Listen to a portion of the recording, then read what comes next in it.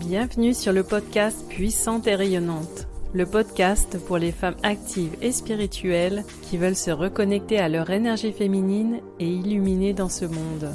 Je suis Amandine Herbette, enseignante, thérapeute et coach de transformation.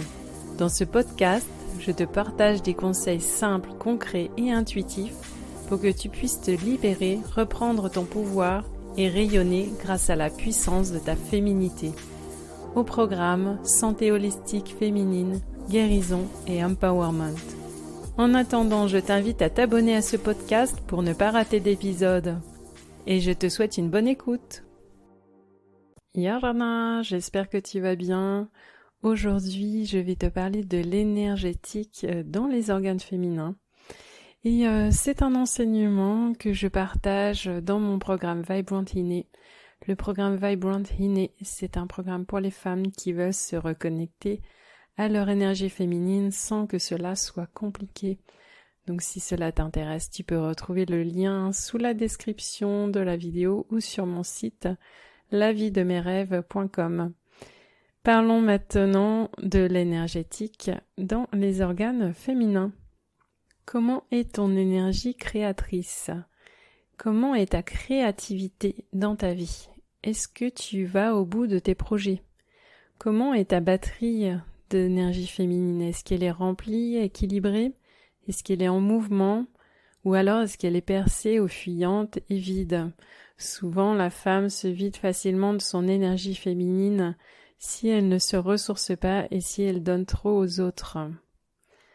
Les organes féminins, c'est la source de l'énergie féminine. La racine, donc la racine, ce qu'on appelle, c'est le périnée, les organes féminins, le bassin. La racine du corps, c'est un lieu de création et d'engendrement.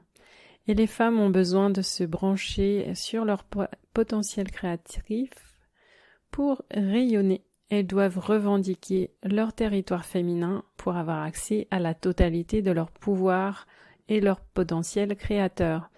Donc le territoire féminin, qu'est-ce que c'est ? C'est retourner dans ses terres et ne plus déserter sa racine. Et une femme qui est en contact avec ses organes féminins, c'est une femme créative, excentrique, sensuelle, vivifiée, authentique et joyeuse.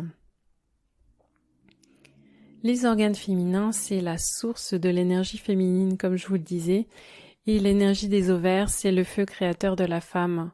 Et l'énergie de l'utérus, c'est l'engendrement des créations et de la puissance féminine.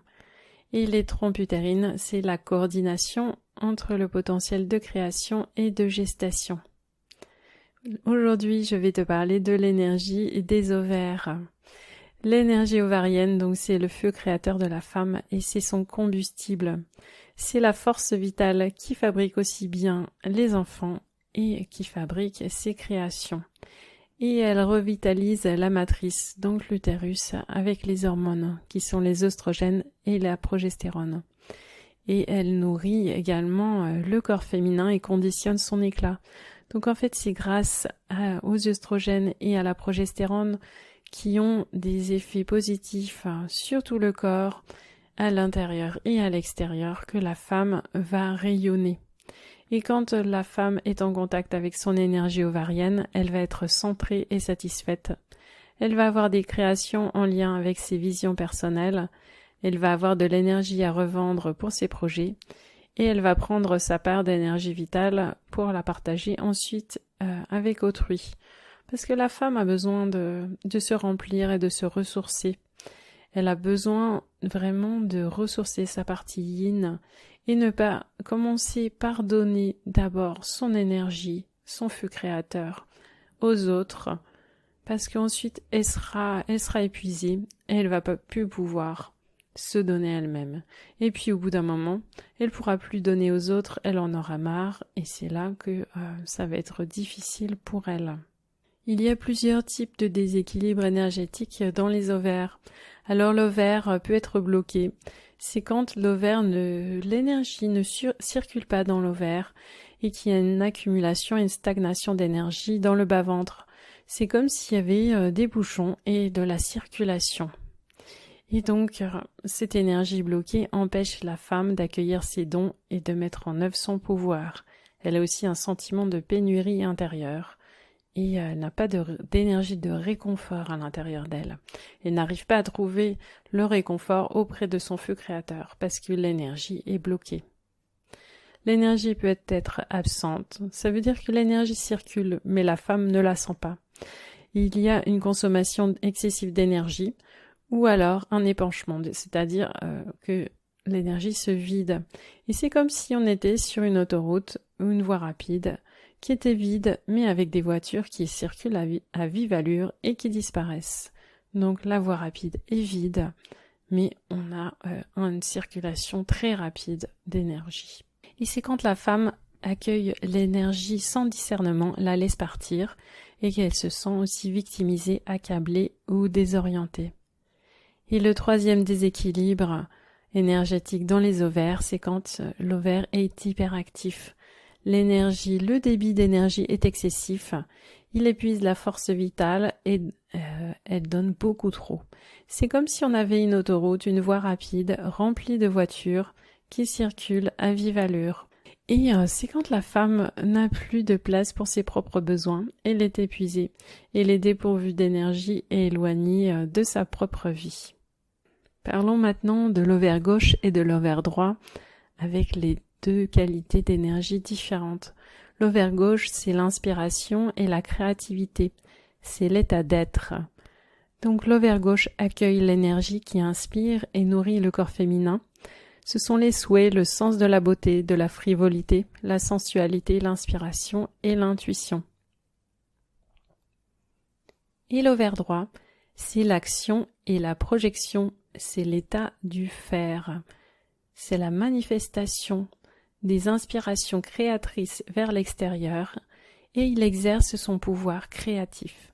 C'est l'audace, le courage, l'affirmation, se montrer au monde, se faire entendre, ses projets et ses aventures, donc partir vers l'inconnu.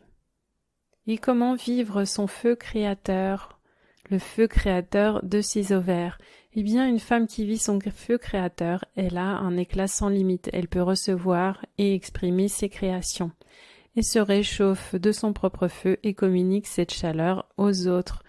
Et comment faire? Eh bien, mettre de la présence et ressentir l'énergie de ses ovaires. Comment est l'énergie à l'intérieur de chaque ovaire? Il faut observer également les facteurs extérieurs et ses comportements limitants. Est-ce qu'il y a une ou plusieurs causes qui ressortent?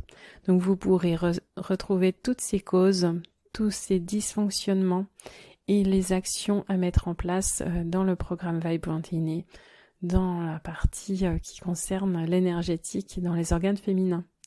Et puis ainsi ensuite ramener de l'équilibre au fond de soi et renflouer son énergie avec une ou plusieurs actions proposées. Donc je vous donne un petit exemple. Par exemple, si vous sentez que l'énergie de vos ovaires est en débit excessif, eh bien c'est probablement que vous donnez trop aux autres, ou probablement que votre yin et votre yang n'est pas équilibré. Vous donnez plus de place à votre travail qu'à votre ressourcement. Eh bien, vous pouvez observer, une fois que vous avez observé ces comportements limitants, eh bien, vous les changez. Par exemple, vous allez vous donner plus d'instants yin, plus de moments de ressourcement. Donc, pour ressourcer le yin, qu'est-ce qu'on fait?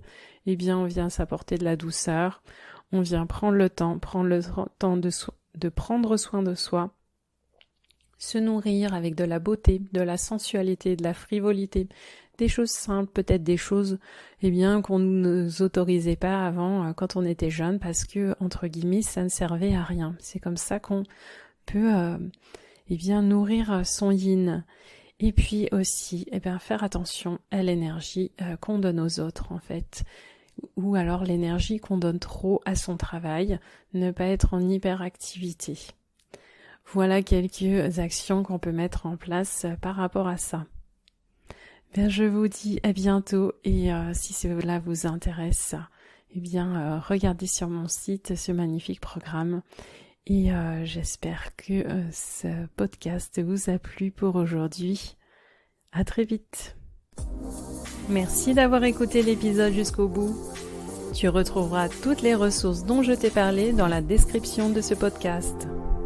Si tu veux aller plus loin, rejoins mon programme Vibrant Inné, Un programme mensuel qui te permet de te sentir pleinement femme, libérer tes blessures et exprimer ta véritable essence féminine. Crois en ta valeur, en ta féminité et en ton pouvoir. Tu es une femme puissante et rayonnante. À bientôt, belle femme!